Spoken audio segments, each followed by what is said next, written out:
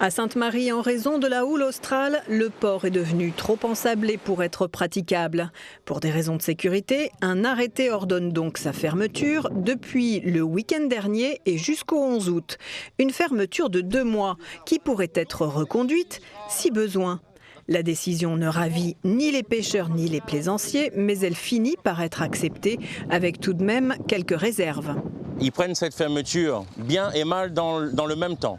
Si de grands travaux sont engagés justement pour désensabler le chenal et qu'au bout de 2 mois on nous dit « Messieurs, le port vous est rendu et le chenal est sécurisé », aucun problème. Ce sont des engagements qui ont été pris auprès de la CINOR. Nous avons été convoqués avec le président récemment et ce sont des engagements qui ont été pris auprès de la CINOR. Alors on le prend mal si et seulement si, pendant cette période, ce n'est qu'une période de relâchement, on va dire, et ça c'est une chose que nous, pêcheurs plaisanciers professionnels et même le Mapérine, ne pourrons pas le supporter.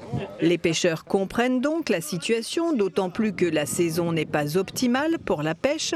Le port, même sur les quais, est devenu dangereux avec tous les allées et venues des camions de ces travaux d'extension.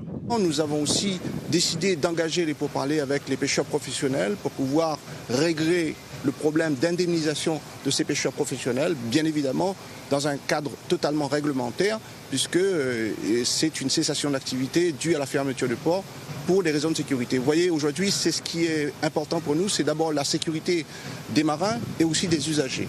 La météo sera-t-elle clémente les 2 prochains mois dans ce projet de 20 millions d'euros? Tous l'espèrent pour que les travaux sur terre et en mer puissent avancer.